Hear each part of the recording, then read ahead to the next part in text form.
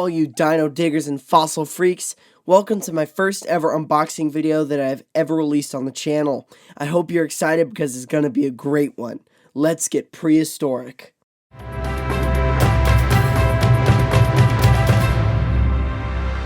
Today we are kicking off with a bang by reviewing the brand new Beast of the Mesozoic 1/18th scale T.rex action figure. This figure is the first in David Silva's new, very highly anticipated line of paleo-accurate dinosaur figures, called the Tyrannosaur series. First, let's take a look at the amazing box that this figure came in. The box is beautifully designed, featuring a detailed image of the T-rex on the front with the Beast of the Mesozoic logo printed on the sides, and a clear window to show the figure itself. Wait! Before you start typing in that comment, I see that broken spot on the box window, but it's okay, the figure is the main attraction. Now back to the video. The back of the box shows off some amazingly detailed information about T-rex. It also shows some other figures that will be released in the wave, including Guanlong, D-Long, the 1/35th scale T-rex, Utyrannus, and juvenile T-rex. The box is also designed to be collector friendly, so you can easily open it and put it back in for storage. Nice. Opening the box, we see the T-rex figure in its protective plastic tray, along with the stand, replacement feet and legs, the assembly instructions, and the collector's card. Let's focus on the instructions. When I open them up, I see that the instructions are simple but very clear, which I am very grateful for. Now let's move on to the card. Looking at the front of the card, the artwork is beautiful. The same T-rex that was on the front of the box, but we also get a fantastic background on the card. We see some pterosaurs, they're probably Quetzalcoatlus, which is a great addition, and you see another T-rex in the background too, which is awesome. Now flipping the card, we see an image of the figure itself and the same facts printed on the back of the box here on the card. While we are getting the figure out of the packaging, let's talk about Creative Beast Studio itself and the man behind it all, David Silva. David Silva grew up in Crowley, Texas as an only child in a single-parent home, so it took him only a little while to find his two passions, art and toys. He drew everything from Transformers to dinosaurs, and because of this, David found inspiration in cartoons, toys, and comic books. Years later, nothing has changed. After completing high school, he attended the Savannah College of Art and Design in 1998, focusing on sequential art.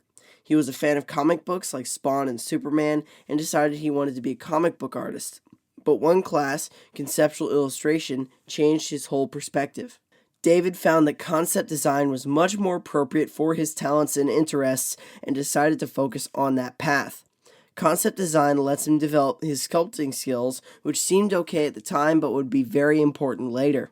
After David completed his sequential art classes and another major in illustration, he graduated from SCAD in 2003 with 2 Bachelor of Fine Arts degrees. 3 weeks later, he started his first professional design job for McFarlane, which happened to be transforming toys. After a year and a half working for McFarlane Toys as a full-time freelance designer on projects such as Spawn, Dragons, and The Simpsons, in 2005, David moved to New Jersey so he could be closer to the HQ of McFarlane Toys in Bloomingdale, New Jersey. After 90 days of working from home, he was asked to help in the sculpting department and eventually became a full-time sculptor. During his 3.5 years of sculpting for McFarlane Toys, David became interested in the animal-inspired characters. He became a main contributor to many of the in-house fantasy lines. Most recognizable is his work on the McFarlane Dragons line. But in 2007 and 2008, many of the in-house fantasy lines at McFarlane were paused and eventually canceled. David decided to move on and see what else the industry had to offer. For the next 18 months, he would work only with Hasbro, both from their main facility in Pawtucket, Rhode Island, and from his home, working on lines such as Star Wars, G.I. Joe, Spider-Man, and Jurassic Park. This last one will come in handy later. Then, in the first part of 2010, a new opportunity came from National Entertainment Collectibles Association, or NECA, as an in-house sculptor. The New Jersey-based NECA was a great fit for David because while he worked there, he worked on many collector-oriented toy lines such as Predator, Aliens, Terminator 2, and Pacific Rim. Along with sculpting full-time at NECA, he has been making his own line of action figures and model kits since October 2009 under his business name, Creative Beast Studio. Now that you know everything you need to know about the creator of Beasts of the Mesozoic, let's move on with the review. Let's check out this fantastic stand. The first thing I see when I look at it is the excellent paint job. The grass looks great, the rocks are great, and it looks and feels like a real piece of ground. The weathering adds to that realistic look. Another good thing is that it's made of durable, high-quality plastic. As I said, its detail is absolutely outstanding, and there's a cool gimmick that the stand can do, which is it can split into two different stands, which is really cool. You can use this gimmick for multiple poses and use it as a stand for other Beasts of the Mesozoic figures too, like the Triceratops. Next, let's check out the replacement legs with extra articulation. The first thing I noticed is the absolutely phenomenal details. They look like real dinosaur legs. The paint apps are fantastic, but I'll talk more about that when I get to the main attraction. Putting them next to a minifig, they are massive for a dinosaur figure. About the same size as a chicken leg. Now I'm hungry. Now it's time for the replacement feet. First, let's take a look at the mid-stride feet. To be honest, I don't really know what to call them. Still, once again, David has not skimped out on the quality. He really has done quality over quantity, and I respect that. The detail looks like actual bird feet, and the paint is fantastic. It is a bit inconsistent between both feet, but I can let that slide since every figure is hand-painted. Next, look at the pointed toes. Like the last ones, I don't know what to call these, but these look very natural. Like the mid-stride feet, obviously, David has done his research about the anatomy and locomotion of bird feet, so 10 out of 10. Drum roll, please.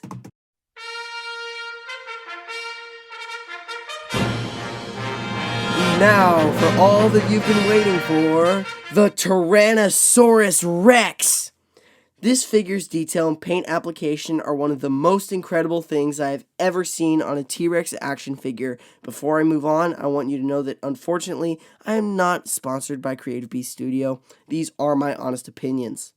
Let's focus on the head for a sec. It is beautifully sculpted and highly detailed. It is very paleo accurate, and it has lips like it would have had in real life. The tongue is also articulated, which is fantastic, and a feature not on most dinosaur figures in general. The teeth are beautifully sculpted and very sharp.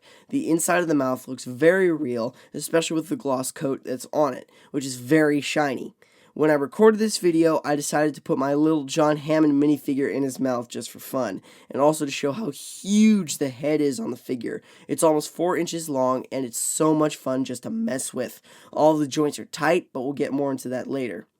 Also, warning, the teeth are very sharp, like I said, so I poked myself on them. So just be careful with that. One of the things that really stands out to me, besides the stand, is the figure's articulation. It has over 20 points of articulation, allowing a wide range of poses and movements. The jaw can open, the neck can bend in all directions, the shoulders, elbows, and wrists can move, the abs crunch slightly, and the hips swivel. On my copy, the left hip is a bit tight, but it works great. And the knees bend. If you put the legs with extra articulation on them, the feet can pivot and the ankles can bend. The base of the tail on mine doesn't like to stay on, even though I followed the instructions to the letter, but it's probably just my copy. And the tail bends at 3 ball joints.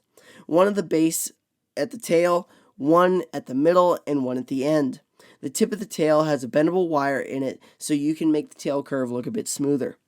Time for the size comparison. This figure is of titanic proportions. It is the largest and longest figure in the Beasts of Mesozoic line David Silva has ever created.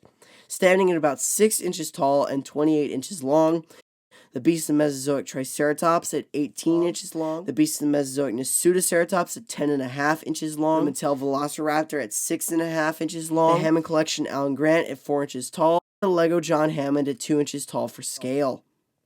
So that was the paleo-accurate Beast of the Mesozoic 1/18 scale Tyrannosaurus Rex action figure from Creative Beast Studios. Time to rate it. Scale detail, 1 point. Mouth detail, 1 full point. Base detail, a full point. sculpting, a full point, paint job, a full point, and paleo accuracy, a full point.